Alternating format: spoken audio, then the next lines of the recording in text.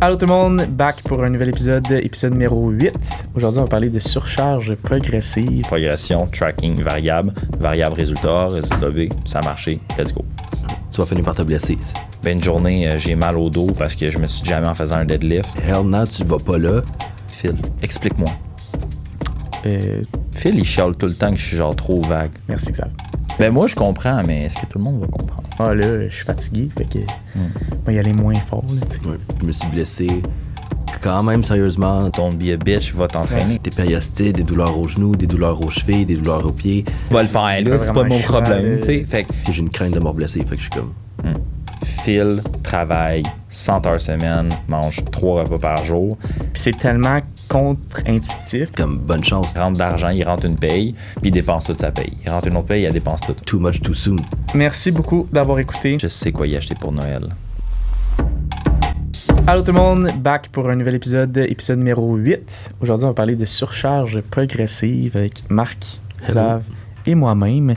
Donc, qu'est-ce que la surcharge progressive? On entend souvent parler, mais... C'est quoi la surcharge progressive, Phil? Explique-moi. C'est le fait d'augmenter la quantité de travail à travers le temps. Puis de créer une adaptation par rapport à ça. Donc, du progrès. Phil, il chiale tout le temps que je suis genre trop vague. Fait que, est-ce que tu peux spécifier, Faut Phil? pas que c'était... Moi, je trouvais que c'était... Ben moi, je comprends, mais est-ce que tout le monde va comprendre? Ben, c'est parce que l'affaire, c'est que ça s'applique à tout. Genre, on entend souvent parler au gym que comme... faut que tu augmentes de... je sais pas moi, 5% tes charges à chaque semaine sur tes lifts principaux, genre. Mais la réalité, c'est que ça peut se faire par les charges, ça peut se faire par ton exécution qui était meilleure, ça peut se faire par ton temps de repos qui était un peu plus bas, ça peut se faire par ton... Le tempo, le nombre de séries, le temps de repos. Une workload. rep de plus, tu sais. Ouais. Fait que c'est juste de vouloir s'améliorer constamment, dans le fond, dans toutes les sphères. Moi, ça me fait beaucoup penser aussi, genre, niveau psychologique, là. Mais j'aimerais ça qu'on... Reste dans le gym. Plus gym pour l'instant, puis au pire, si on y va, on y va, mais plus gym pour commencer. Marc? Ben oui, comme tu as dit, en fait, dans le fond, il y a plusieurs façons de le faire. Souvent, dans un plan, on va penser principalement plan d'entraînement. Par exemple, avec des charges dans un gym, on va penser, OK, ben faut que ce soit ton nombre de répétitions. Fait que si c'est marqué 8 à 10, mais que tu veux commencer vers le 10, puis après augmenter ta charge, tomber à 8, puis après te rendre avec la même charge jusqu'à 10 répétitions pour la réaugmenter. Ça peut être également le temps de repos. Fait que si habituellement, on va dire sur un lift, on va donner le squat, t'es taxé à mort, puis si tu dois prendre 150 secondes de temps de repos, ben le fait qu'éventuellement, on va dire quelques semaines plus tard, tu prends 120, c'est une amélioration. Ça peut être aussi le nombre le tempo. Si tu fais un 1-0, 1-0, puis après tu tombes à un 2-0, 1-0, 3-0, 1-0, 4-0, 1-0, c'est une amélioration également. Sinon, le nombre de séries, on peut pas le faire. Ça dépend en fait avec quelle application le monde va pouvoir le faire au niveau du coaching, là, mais par exemple, des fois, tu peux commencer, OK, ben là, on va commencer une série top 7, par exemple. Ça, Xav l'utilise beaucoup. Puis la semaine d'après ou 2 semaines plus tard, on va tomber à 2 top 7. Fait que ça aussi, tu as une amélioration par rapport à ça. Ça peut s'appliquer sur pas mal n'importe quel exercice, dépendamment. Ça peut se faire également sur le cardio. Si Phil, toi, tu veux en parler un peu plus là, de comment tu peux faire pour avoir une surcharge progressive sur le cardio. Ben exact, as-tu de quoi rajouter niveau gym? Ben moi, je veux dire que, mettons, la surcharge progressive, comme Phil a si bien dit, c'est une augmentation de stress adaptatif. Puis peu importe quel style de stress que tu mets, tant que le stress est niveau local musculaire, si le stress est égal entre option A, B ou C, fait que genre augmentation de charge, augmentation de volume ou augmentation par exemple de fréquence, donc le nombre de fois que tu vas train ce muscle group-là par semaine, si les trois sont équivalents en termes de stress, puis les facteurs de récupération sont en place, les études nous démontrent que c'est la même chose au niveau des résultats. Ce qui va changer, c'est qu'est-ce que ça coûte au corps en termes de récupération. Donc, la surcharge progressive pour quelqu'un qui s'entraîne pour des performances, des résultats ou un esthétique, c'est nécessaire, c'est la base de tout, c'est l'amélioration. Si les facteurs de récupération ne sont pas optimales, il va y avoir certaines formes de progression qui vont être plus intéressantes que d'autres. Je donne un exemple. Phil travaille 100 heures semaine, mange 3 repas par jour. Ben, il n'aura pas assez de ressources pour récupérer d'un énorme entraînement en termes de volume pour des raisons X, puis il ne pourra peut-être pas récupérer optimalement d'une charge extrêmement lourde. Donc, une progression purement en volume ou purement en charge, merci Phil, sera pas optimal. Par contre, est-ce qu'il y a des manières de trouver une approche de progression qui va être plus intéressante pour quelqu'un comme ça? Oui. Puis les odds sont qu'il n'y a personne qui est optimal ou presque dans notre clientèle ou dans le monde de toujours. Donc, comprendre ce que tu peux faire pour en progresser puis en récupérer ou au moins se maintenir, c'est l'optimal. C'est mon closing cue. Cool. Avant de rentrer peut-être dans la course, ça peut-être qu'on parle de qu'est-ce qui peut expliquer que justement tes charges ils peuvent pas monter ou tu sais ça fait 2 semaines que t'es aux mêmes charges puis Chris, c'est tough puis genre tu peux pas le monter là, de 5 livres ton bench là. La charge que tu peux utiliser là, dans un sens, si tu mets 400 livres sur ton bench, c'est sûr que ça va prendre plus de temps d'augmenter d'un 5 livres par exemple. Ça peut être aussi le choix d'exercice. Un lateral raise, on va dire, on le voit là, souvent nos clientes sont comme j'étais encore à 5 ou 7 livres, j'arrive pas à le monter, puis ça fait 2 mois, t'es comme oui, mais techniquement, c'est 1 à 3% d'augmentation par, on va dire, fois que tu le fais. Fait que techniquement, si tu as 5 livres, 1%, c'est vraiment pas beaucoup. Là, ça n'existe pas. Là. Fait que tu vas rester là aussi. Puis l'exécution sur un lateral raise, ton bras est super loin. Fait que déjà là, c'est pas mal plus difficile de garder une charge ou de la lever quand ton bras est comme ça que quand ton bras est comme ça, on va dire plus proche de toi. Ouais, c'est la bras de résistance qui va varier dans le fond. Exactement. Je ne vais pas trop rentrer dans les détails, mais oui, c'est ça. Il y a une affaire, moi, qui me fesse, c'est tellement simple. C'est quand une personne est en train de progresser, si tu performes, excuse-moi, à ton maximal effort, tu ne progresseras jamais. Pourquoi je dis ça? Parce qu'il y a trop de monde qui disent je vais loader la barre au max. Jusqu'à 1 degré, ça va marcher. Première, deuxième, peut-être troisième année d'entraînement. Ça fait 15 ans que tu t'entraînes. Moi, je suis capable de délifter 635 livres. Je peux faire un rep. La semaine d'après, je vais-tu faire plus qu'un rep? Non, mon max, c'est 635. Fait que si tu fais tout le temps topper le maximum, c'est comme quelqu'un qui rentre d'argent, il rentre une paye, puis il dépense toute sa paye. Il rentre une autre paye, il dépense tout. On en connaît toutes. Probablement tout le monde connaît tout le monde. Fait que tu pourras jamais accumuler d'extra. Puis nous, c'est le petit extra, le petit 2% qu'il nous faut pour progresser. Mais si tu ne fais que faire tout le temps le maximum, tu ne l'auras jamais. Fait que garde tout le temps de l'énergie dans le tank, sauf si c'est programmé, puis tu sais que tu peux en récupérer. Puis, faut pas oublier, si tu fais toujours on va dire ton 1RM, ta répétition maximale, tu vas finir par te blesser. Moi, c'est ce qui m'est arrivé, puis je me suis blessé quand même sérieusement dans le dos avant la COVID. Puis après, il faut que tu fasses la physio ou quoi que ce soit pendant 1 an, etc. Puis c'est de la merde. Puis là, vois-tu, je suis pas capable de relever les charges que je veux parce que j'ai une crainte de me blesser. Fait que je suis comme... Fait que là, je me pousse vraiment pas. Mais ça revient à dire que tu veux tout le temps que ta récupération soit au-dessus de la quantité de stresseurs que tu veux avoir sur ton corps. Stresseur étant vraiment large, là, pas juste au niveau entraînement. Systémique, global. Oui, niveau stress externe, stress interne. Fait que, puis par rapport à la course, justement, je trouve que c'est intéressant parce que justement, le nombre de clients que j'ai, mettons, que je vais coacher qui courent, mettons, mais tu es tellement habitué de courir, puis moi, j'étais le premier. Là, tu cours dans un sport, tu es habitué de courir vite. Genre. Tu cours le plus vite que tu peux tout le temps pour faire la distance le plus rapidement possible, mais quand tu commences à comprendre de ça, justement, c'est comme, OK, mais non, mais faut que je cours lentement. Puis c'est tellement contre-intuitif parce que, justement, tu es habitué de courir après un ballon, puis tu es comme, non, mais il faut que je cours vite. Tandis que là, c'est là que de courir lentement, mais c'est ça que tu vas voir qui va avoir le plus d'impact à long terme, tant au niveau de ta capacité à courir plus longtemps, tant au niveau de ton rythme cardiaque qui monte moins vite, au niveau de ta vitesse aussi, c'est con, mais tu vas aller plus vite aussi. Fait que c'est de passer beaucoup plus de temps dans cette zone-là qui est vraiment moins taxante sur le corps. Puis tu peux y aller, là.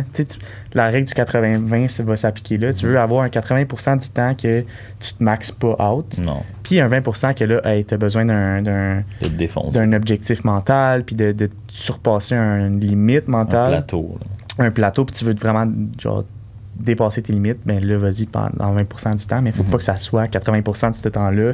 Puis un 20% que tu es comme, là, je suis fatigué, fait que va y aller moins fort. Là, Puis après aussi, on va dire dépendamment, c'est quoi l'objectif de la personne.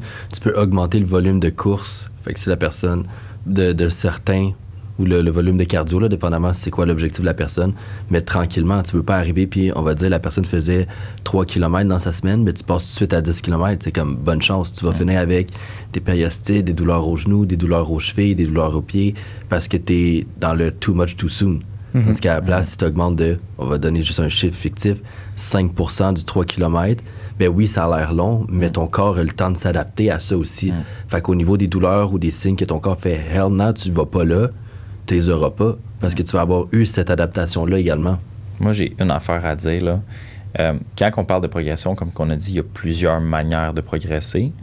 Peu importe quelle manière que tu utilises, et une forme de tracking pour progresser. Parce qu'on s'entend que ce qu'on fait, c'est une forme de science. Puis la science, c'est rien en spécialité, c'est l'interaction de variables. Donc, le stress que tu y mets par rapport à qu'est-ce qui te stresse, la quantité de charge, de reps, de volume, de temps, de whatever. Mais si tu sais pas, tu ne le programmeras pas proprement. J'ai pas besoin de savoir tout. Mais si, genre, une journée, tu vas faire une course, par exemple, je sais pas exactement, c'est pas ma spécialité comme les gars ont, mais je vais courir un 5 km à un pace de genre 7 minutes le kilo. Ben, une journée, j'ai mal au dos parce que je me suis jamais en faisant un deadlift. Ben, tu sais, écris-le, là, parce que sinon, tes variables ne feront pas de sens. Puis en même temps, tu as l'aspect psychologique. Moi, j'ai entendu ça récemment dans un podcast avec, je me rappelle plus trop qui, c'était un coach spécialisé en powerlifting olympique en Ukraine, parce que là-bas, sont surhumains, ces gars-là, ces femmes-là. Il faisait tracker chacun des lifts à chacun de ses athlètes, à chacun de ses sets, de chacun de ses séances. Fait qu'il faisait genre un RPM 8, pour le moment que ça pas RPM, c'est Rate of... RPM, non, RP. Moi, j'étais genre... RPM, c'est un ancien show à... C'était Rotation. Non, mais je pense que c'est des affaires aussi par rapport au char. Mais RPM, c'est ça, c'est whatever. C'est RP. Fait que Rate of Perceived Effort Exertion, c'est, mettons, j'étais à 80% de 3 reps à 405 livres sur un bench. OK, cool. Mais là, la prochaine séance, là, tu fais un 9. Fait que là, 9 reps, c'est OK.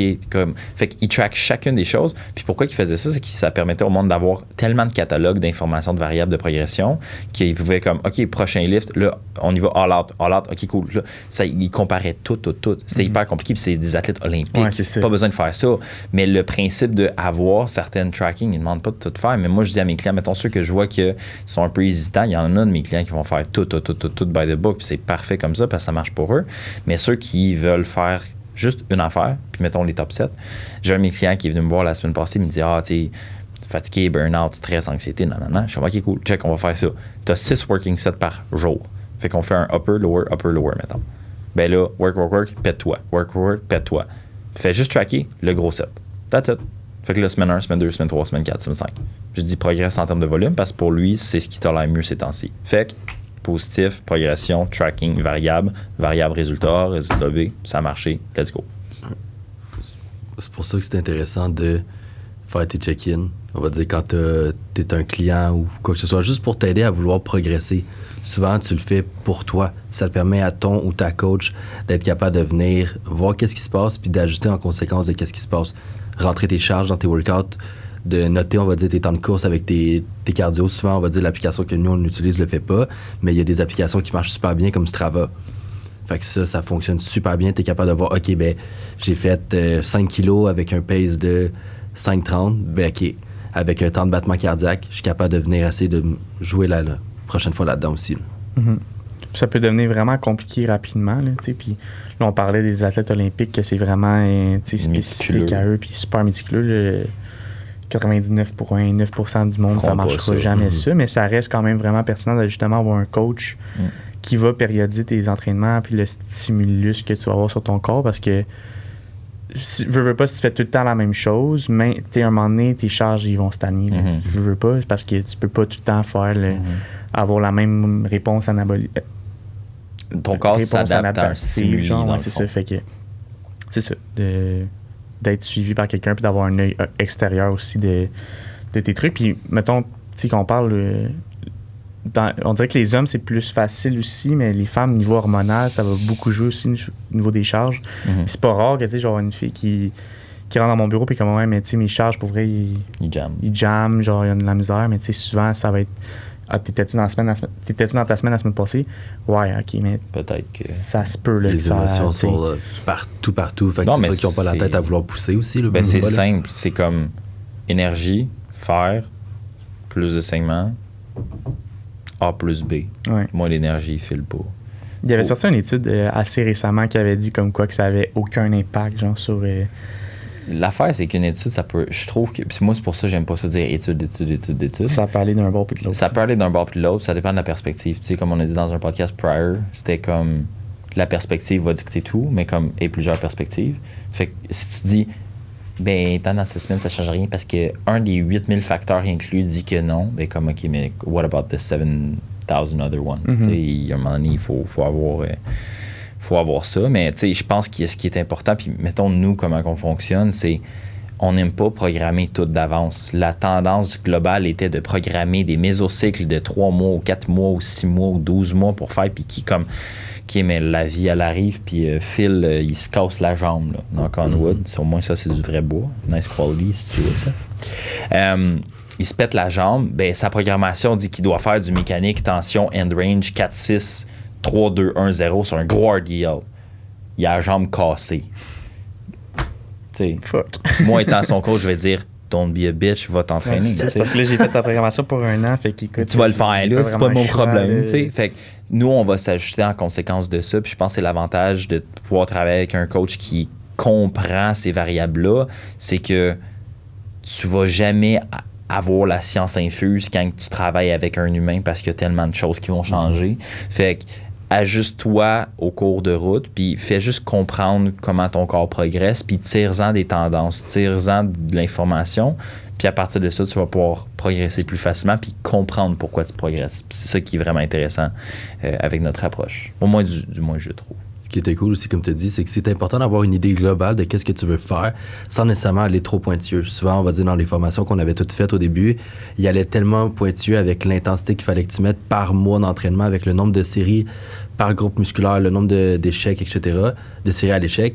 Tandis que quand on a fait l'autre formation avec Eugene, etc., c'était complètement l'inverse. C'était à l'inverse, c'était beaucoup plus une idée globale de c'est quoi l'objectif avec ça, puis face aux 3 mois de c'est quoi cet objectif, on va s'adapter en fonction de comment le client réagit. Puis ça, quand on a compris, on va dire, toutes ces affaires-là, ça a été complètement différent aussi. Et je pense que dans les deux cas, les deux approches ont une valeur d'être. Là. C'est juste qu'il faut que tu comprennes avec qui tu travailles. Puis tu t'ajustes. D'ajuster des périodiser sur 1 an avec un athlète olympique, là, je pense que c'est vraiment intéressant. Mais avec monsieur, madame, tout le monde... Ça l'est pas. Non. Fait que c'est juste d'ajuster. Les deux ont raison. C'est juste qu'il faut que tu t'adaptes à ta situation à toi. Je pense que ça avait pas mal le tour au niveau entraînement. Peut-être toucher un petit bout, juste pour mon dada personnel, de psycho, mettons, de surcharge progressive. Il y a de quoi, surtout en termes d'anxiété, puis je pense que c'est vraiment commun.